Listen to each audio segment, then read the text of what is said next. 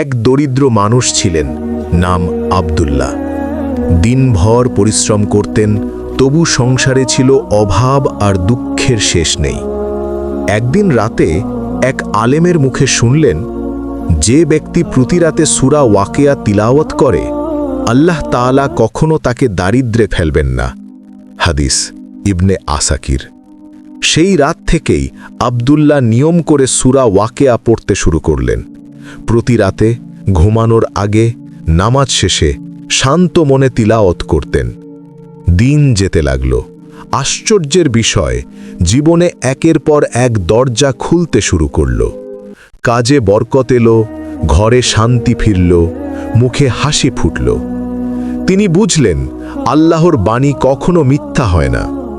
যে হৃদয়ে কুরআনের শব্দ বেজে ওঠে, সেখানে অভাব নয়, বরকত নেমে আসে।